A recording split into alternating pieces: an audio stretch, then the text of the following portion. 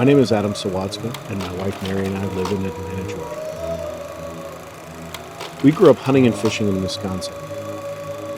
Living in Georgia now, we have been avid whitetail hunters and have also been lucky to hunt and fish in a number of places outside the U.S., like Africa, Canada, and the Bahamas. We have dreamed of hunting in New Zealand for a long time, and we thought that dream had become a reality when we bought a charity hunt at Weekend for Wildlife in 2019. We were going to hunt in April of 2020.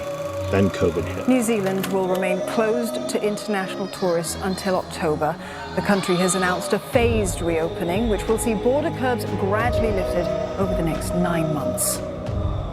We are thrilled to finally be here, experiencing one of the most unique environments. They wanted to live in the riverbed. About Jim Gibson, I think if you watched an old movie about the Old West, you'd see these amazing characters, people of the frontier and doing all of these exotic things. And I think Jim embodies that. He's out in the mountains, hunting tahr, flying around in helicopters, has the ability to do tracking and hunting. And when you look at him and his profile, he looks like a character from a novel or a book. Yeah, trying to explain to people these areas, especially this land I have, the private land, these big high country properties. I mean, it is very hard to put into words. Just the sheer scale of them and the quality of animals and how, working with these landowners, giving these animals value, to get age and to be part of a farming operation. It is very hard to describe just what we've got here. It's so underpopulated, which I love. I don't like being around a lot of people. I don't like traffic. So you can hunt these areas and feel like you are in the middle of nowhere, yet we're, from the driveway of any one of these properties, you're basically half an hour from a small town full of Chinese. So it's pretty cool, it is very cool, it's very special. I can't relay that to clients. I can't take a photo that explains where we are and what I do. It's kind of like you just got to belly up and get over here and do it. You really can't imagine the size of these animals and their magnificence. And so coming around the corner and seeing 3 or 4 stags on the side of the hill and quietly getting in a position, the excitement of trying to find, the one that we had picked out and trying to make a fairly long shot, about 400 yards across the valley. And then you take the shot and you get down and you approach the animal, and it's 10 times the size of anything that I've ever killed in my entire life. It was one of the most incredible experiences.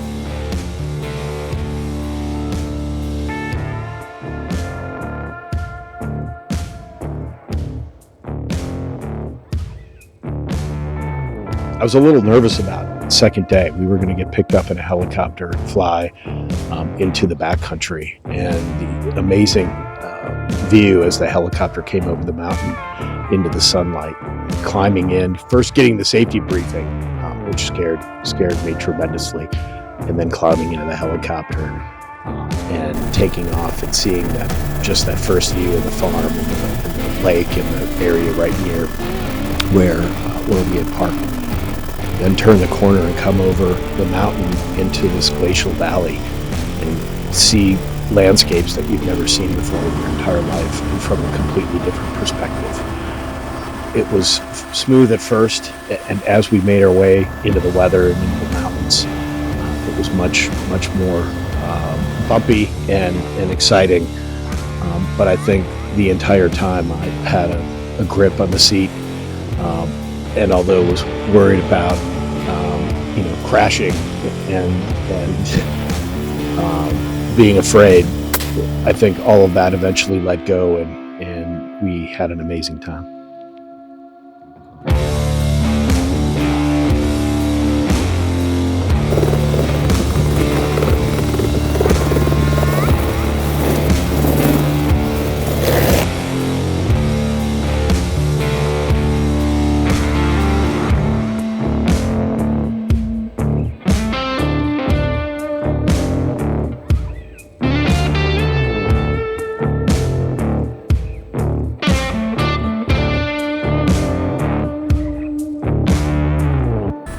What gets me going? Well, not drinking the night before. That doesn't get me going. Getting clients, I actually enjoy pushing clients.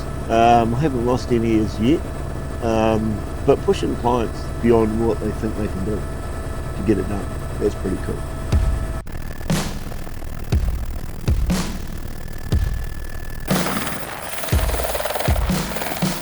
Getting back in the helicopter and I used to do a lot of that many years ago, so I like when the doors are off, makes you feel alive.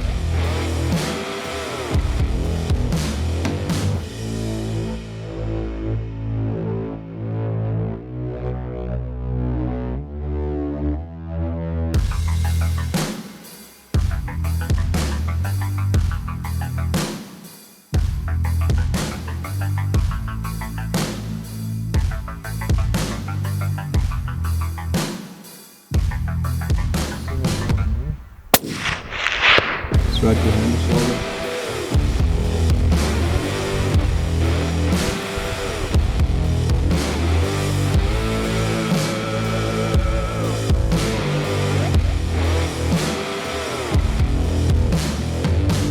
Righto. I'm going to break and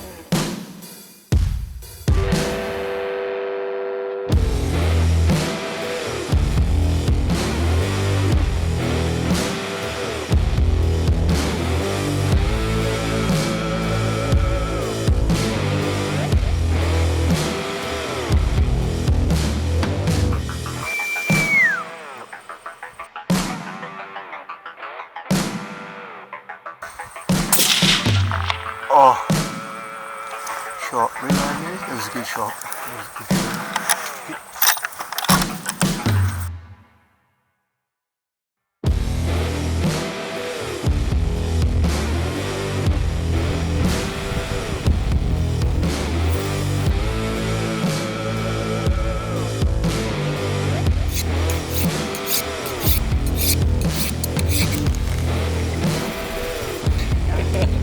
I'm surprised I haven't worn it out.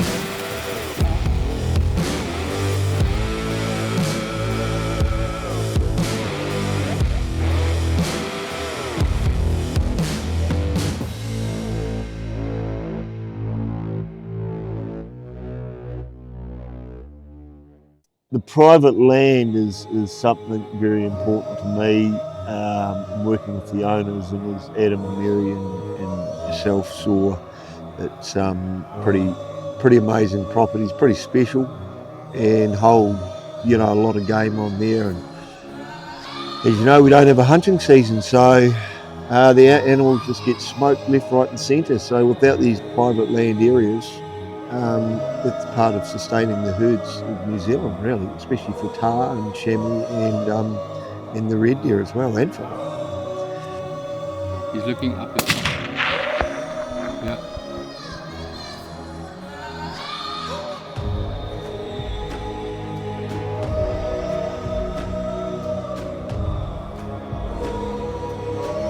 Mary was reading a book about New Zealand before our trip titled Squash Possums, Off the Beaten Track in New Zealand by Jonathan Tyndale. One quote from Tyndale is, "If traveling hasn't changed the way you think, then you haven't really traveled." I really think that captures the spirit in which Mary and I try to experience a new place. We look to gain a new perspective, learn as much as we can about the culture, the people, the landscapes, and about the food. We also try and take part of each new place, if we can, and incorporate it into our lives. I've been going for 17 odd years now. I've got 3 more grey hairs now than I did then, and a couple more blunt knives.